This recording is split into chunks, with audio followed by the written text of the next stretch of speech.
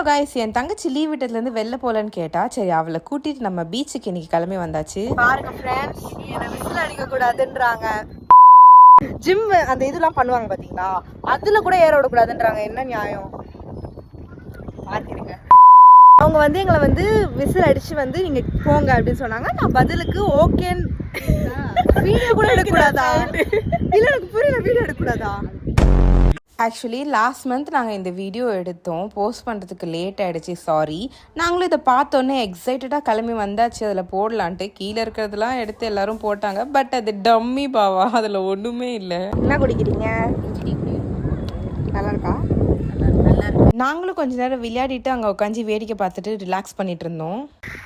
So நாங்கள் வந்து நிறைய ஃபோட்டோஸ் நிறைய வீடியோஸ்லாம் எடுத்துகிட்டு வந்து இப்படி உட்காந்துக்கிறோம். செம்ம டயர்ட் ஆகிட்டோம். அப்புறம் என்ன, பீச்சுக்கு போய் கார்ன் சாப்பிடாம எப்படி? நானும் கார்ன் வேணும்னு எங்கள் அம்மாகிட்ட அடம் பிடிச்சி வாங்கிட்டேன். அப்படிலாம் கடிக்கக்கூடாது, கொஞ்சம் குட்டியாக கடிக்கணும்.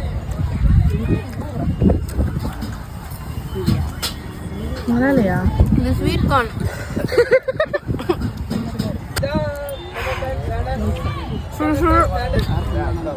சுட சுட எடுத்து வாயில வச்சுட்டேன்.